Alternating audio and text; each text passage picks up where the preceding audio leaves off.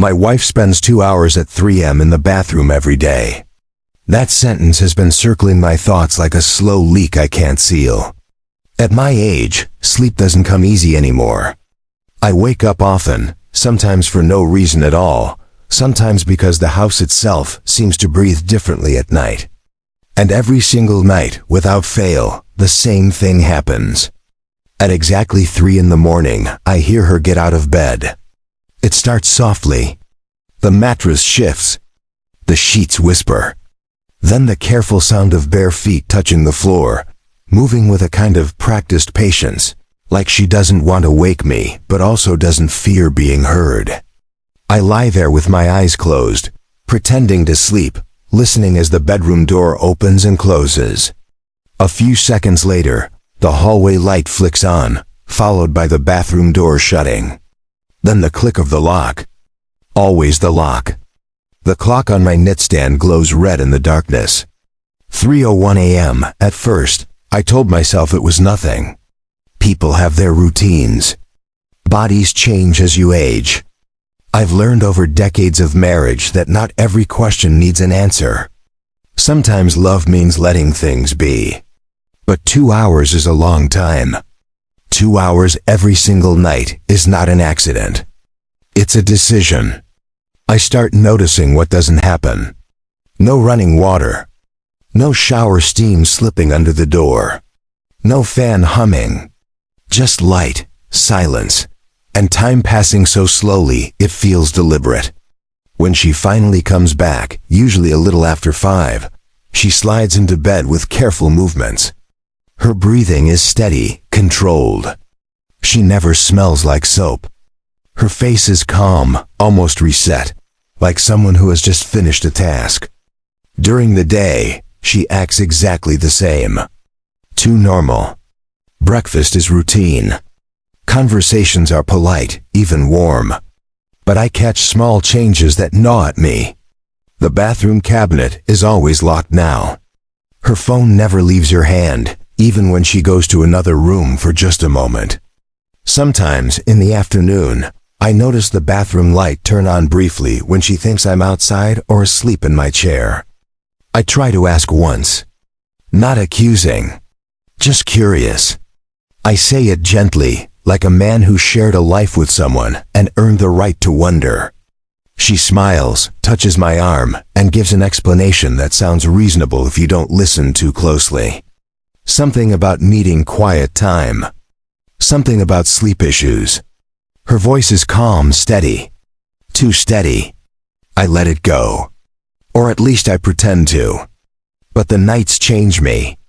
I start waking up before she does, my body anticipating the moment like it's learned the pattern on its own. I lie still, staring into the dark, counting seconds. When she gets up, my heart speeds up in a way I don't like. I feel like a guest in my own home, watching someone else move through a life that includes me only on the surface. One night, something feels different. I wake up already alert, like my mind pulled me out of sleep on purpose. The clock reads 2:58 a.m. The house is silent. I wait. Right on time the mattress shifts. She stands. The routine repeats itself exactly as it always does. But this time, when the bathroom door closes and the lock slides into place, I don't lie back down. I sit there in the dark, my chest tight, listening to the faint buzz of the bathroom light through the door. I tell myself I'm being foolish. I tell myself that after all these years, I should trust her. But another thought pushes its way in, heavier than the rest. Trust shouldn't feel like fear.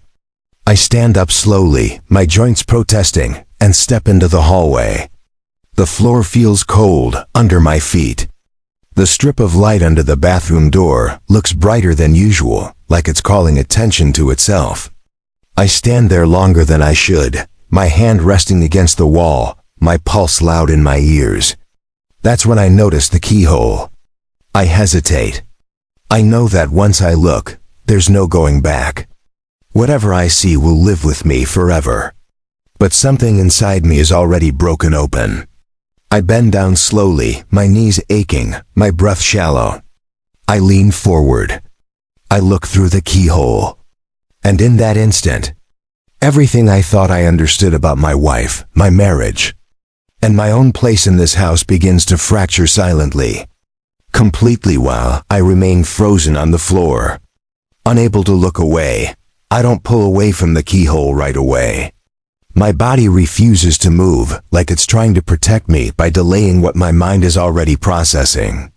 The angle is narrow, distorted, but clear enough to make my stomach tighten. The bathroom is not being used the way anyone would expect. There's no mirror work, no sink, no tub involved. Instead, she's sitting on the floor with a small folding table set up in front of her. The light positioned carefully above it like a spotlight. On the table are stacks of envelopes, documents, a small metal box. Everything arranged with precision. She isn't panicked. She isn't rushed. She moves slowly, methodically, like someone following a checklist they've memorized long ago. She opens envelopes, reads, sorts, writes notes on small cards, then places everything back in exact order. Every movement is practiced, controlled. This isn't something she started recently. This is something she's been perfecting for years. My first thought is money. My second thought is worse. I pull back quietly and sit down on the hallway floor, my back against the wall, trying to steady my breathing. My heart feels like it's pressing against my ribs, not from shock alone, but from realization. Whatever she's doing in there isn't private time. It's work. Secret work. And the fact that it happens every night at the same hour tells me it's tied to something larger than a habit. I return to bed before she comes out, forcing my body to relax into the mattress. When she slips in beside me later, I don't move. I don't react. I listen to her breathing and feel a strange distance settle between us, wider than the bed itself. I understand now that the danger isn't what I saw. It's how long I didn't see it. The next morning, I start paying attention the way I should have years ago. Not with suspicion, but with clarity. I watch how she handles mail, how she positions herself when she's on the phone, how she always turns her back slightly when typing on her laptop. I notice that she keeps certain drawers locked and others untouched. I notice how often she checks the time as evening approaches, like someone waiting for a shift to begin. I begin retracing our life together quietly. Trips she insisted on taking alone. Errands that took longer than necessary. Conversations she redirected whenever they got too close to certain topics. None of it seemed alarming at the time. It was just marriage, compromise, space. That's how these things hide inside normalcy. Over the next few nights, I don't look through the keyhole again. I don't need to. Knowing is enough. Instead, I listen. I count the minutes. I pay attention to when she unlocks the door, to the soft scrape of the table folding, to the careful way she returns items to wherever she hides them. Every sound confirms the same truth. This has nothing to do with me, and somehow, everything to do with me. One afternoon while she's out, I find the bathroom cabinet unlocked for the first time in months. My hands shake as I open it. Inside are folders labeled with dates that go back more than a decade. Some are before my health declined. Some are before we retired. Some are from years I remember as peaceful, happy even. Seeing those dates makes my chest ache. It means she was doing this while smiling across the dinner table from me. I don't take anything. I don't move anything. I close the cabinet exactly the way I found it. She would notice if something was off. Whatever this is, it's something she guards carefully. People don't guard small secrets like this. That night, at 2:57 a.m., I'm already awake. As she gets out of bed and walks past me, I watch her silhouette move through the darkness. She doesn't look back. She never does. When the bathroom door closes and the lock clicks, I don't feel fear anymore. I feel resolve. If she has been living a second life in my house for all these years, then it's time I understand what role I've been playing in it, and what happens when I stop playing along. By the third night after I looked through the keyhole, I understand something important. Whatever my wife is doing at 3 in the morning isn't just organized, it's protected. Protected by time, by routine, by my own habits, and by the assumption that an old man won't notice patterns anymore. That assumption becomes my advantage. I start adjusting my gaze. I nap less. I drink less coffee in the afternoon, so my mind stays sharper at night. I make myself present during the evenings, asking small, ordinary questions, watching how carefully she answers them. She never slips. Not once. That tells me this isn't fear-driven secrecy. It's discipline. On the 4th night, instead of waiting in the hallway, I sit in the living room with the lights off. From there, I can hear the bathroom door open and close, the lock sliding into place. I count the seconds between sounds. I note the exact moment when the faint scraping noise begins, the folding table being set up.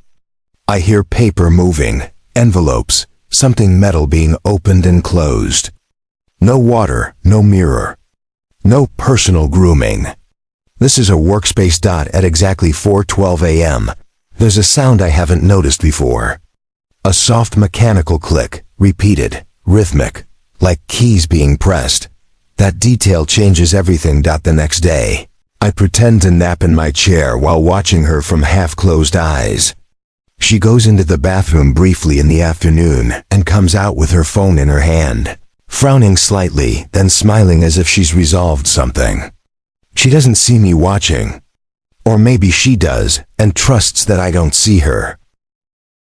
That afternoon, I go for a walk.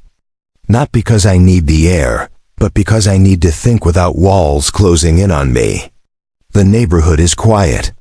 People my age walk dogs, wave politely, talk about weather and aches. I wonder how many of them are living beside secrets like mine. How many doors are closing at night while someone else pretends to sleep? When I come back, I sit at my desk and open an old drawer I haven't touched in years. Inside are documents from earlier in our marriage. Banking statements. Legal correspondence. Things I handled once upon a time, before I started letting her manage the details, because she said it made things easier. Easier for who, I wonder now. I don't confront her. I don't accuse. I don't ask. I do what she's been doing all along. I prepare. Over the next week, I notice that the envelopes she sorts at night sometimes appear in the mail before disappearing again. I notice return addresses that don't match the contents. I notice that she checks the mailbox before I do, every morning, even when it's cold or raining. On 2 occasions, I see her intercept a delivery before I can reach the door. One night, when she's locked in the bathroom, I quietly step into the garage and check the old storage cabinet we rarely use.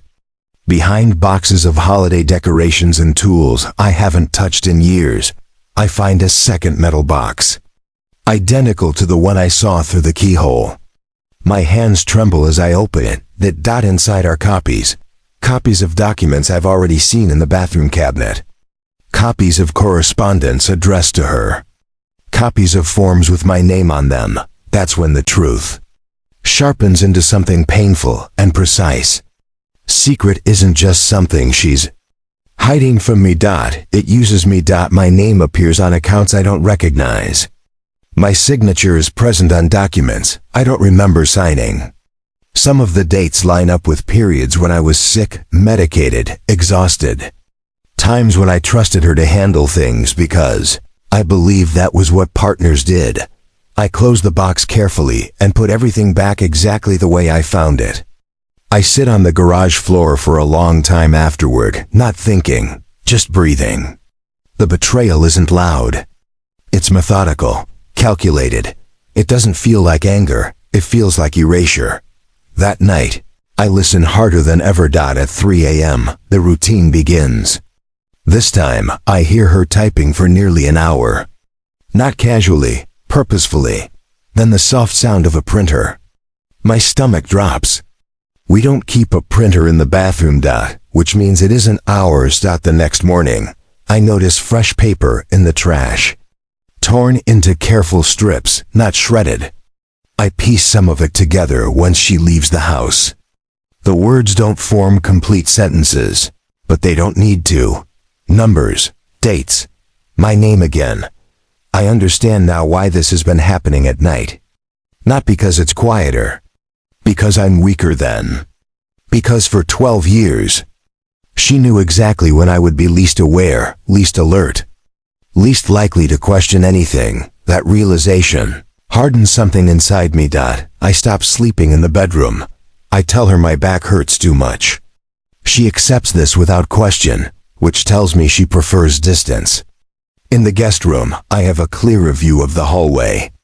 I can hear everything without pretending to be asleep. I start keeping my own records mentally at first, then carefully, discreetly, in a notebook hidden where she never look. Times, sounds, patterns. One night I hear something new. A voice. Not hers. It's low, muffled, coming from behind the bathroom door. Not a conversation, more like instructions being read quietly, then acknowledged. My heart pounds so hard, I'm sure it will give me away. She's not alone in this anymore. Or maybe she never was. The next morning, she's unusually kind. Makes my favorite breakfast. Asks about my sleep. Touches my shoulder longer than necessary. It feels rehearsed. Like damage control. That tells me she senses a shift, even if she doesn't know what it is. And for the first time, I feel something close to power, because I'm no longer in the dark.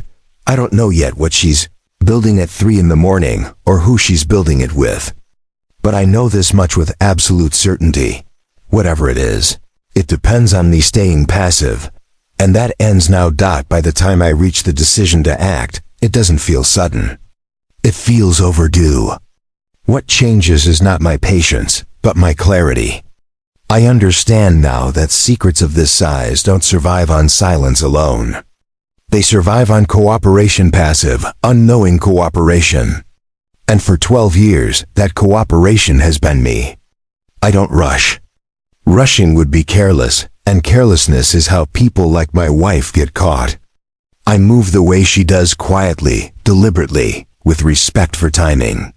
I let days pass where nothing changes on the surface. I drink my coffee in the same chair. I comment on the weather. I ask about dinner plans. Inside, though, I'm mapping exits. I start with myself. I reclaim small things I once let go. I begin handling the mail again, arriving at the box before she does. I ask questions at the bank framed as routine checks. I call institutions under the pretense of organizing retirement details. No alarms are triggered, but notes are made. Processes begin. At my age, no one suspects urgency. They mistake it for housekeeping. At night, I continue listening. The typing grows more frequent. The printer sounds become regular. Once, I hear frustration, a sharp breath, a muttered word, then silence. Another night, I hear laughter, brief and quiet, followed by the sound of something being sealed. Envelopes again. Always envelopes. I realize something then that hits harder than the discovery itself. This isn't a single secret. It's an operation. And operations have dependencies. So I start identifying them. The deliveries stop arriving at the house after I quietly change where mail is forwarded. The phone calls she takes late at night grow shorter, more tense. I notice her double-checking locks that she never worried about before. She starts asking me questions, not direct ones, but probing ones. How I'm sleeping. Whether I've been feeling confused. If I remember signing certain papers years ago. I answer honestly, which unsettles her more than denial ever could. One night at 3:17 a.m., the bathroom door doesn't lock. That has never happened before. I stay still in the guest room, listening. I hear her move around, pause, then move again. No typing, no printer. Just pacing. For the first time since this began, the routine is broken. That tells me more than any document ever could. The next morning, I find a mistake. A single envelope left in the trash, unshredded. I don't open it right away. I carry it to the garage, sit down, and breathe. When I finally look inside, what I see confirms what I already know. My name has been used as leverage, as cover, as authorization. Whatever she's been doing required my existence to function unnoticed. I don't confront her yet. Instead, I take the envelope to my desk and place it beside the notebook I've been keeping. I review everything in order: dates, times, sounds, changes in behavior. Patterns always reveal intention, and intention reveals vulnerability. That evening I cook dinner. It's a small thing, but it changes the rhythm of the house. She notices immediately. She asks if I'm feeling okay. I tell her I am. That I've just been thinking. She watches me longer than usual, her expression carefully neutral. That night, when she goes to the bathroom, I don't follow. I don't listen. I sit at the kitchen table instead, lights off, waiting. At 5:06 a.m., she comes out earlier than usual. Her face is tight, controlled but strained. She knows something is wrong. 2 days later, I make my move, not loudly, not publicly, not with accusations. I request reviews. I withdraw permissions. I correct records.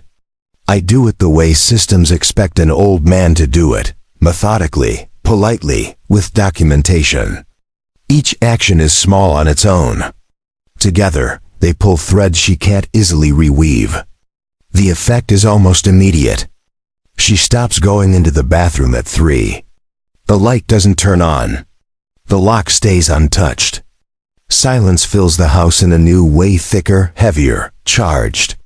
She begins hovering near me during the day, offering help I don't ask for, watching my reactions closely. Finally, after a week of this quiet pressure, she breaks. She sits across from me at the table and asks, calmly, what I know.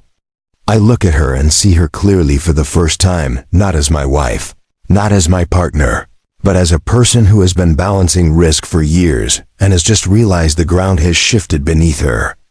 I tell her I know enough. That I know the nights weren't about privacy. That I know my name was used. That I know the operation doesn't survive without my silence. She doesn't cry. She doesn't argue. She asks what I want. I tell her the truth. I want my life back, quietly. She leaves the house within the month. Not in anger. Not in panic. She leaves the way she lived, controlled, careful, already planning her next steps. But this time, she leaves without the cover she relied on for 12 years. The bathroom stays dark at night now. Weeks pass. Then months.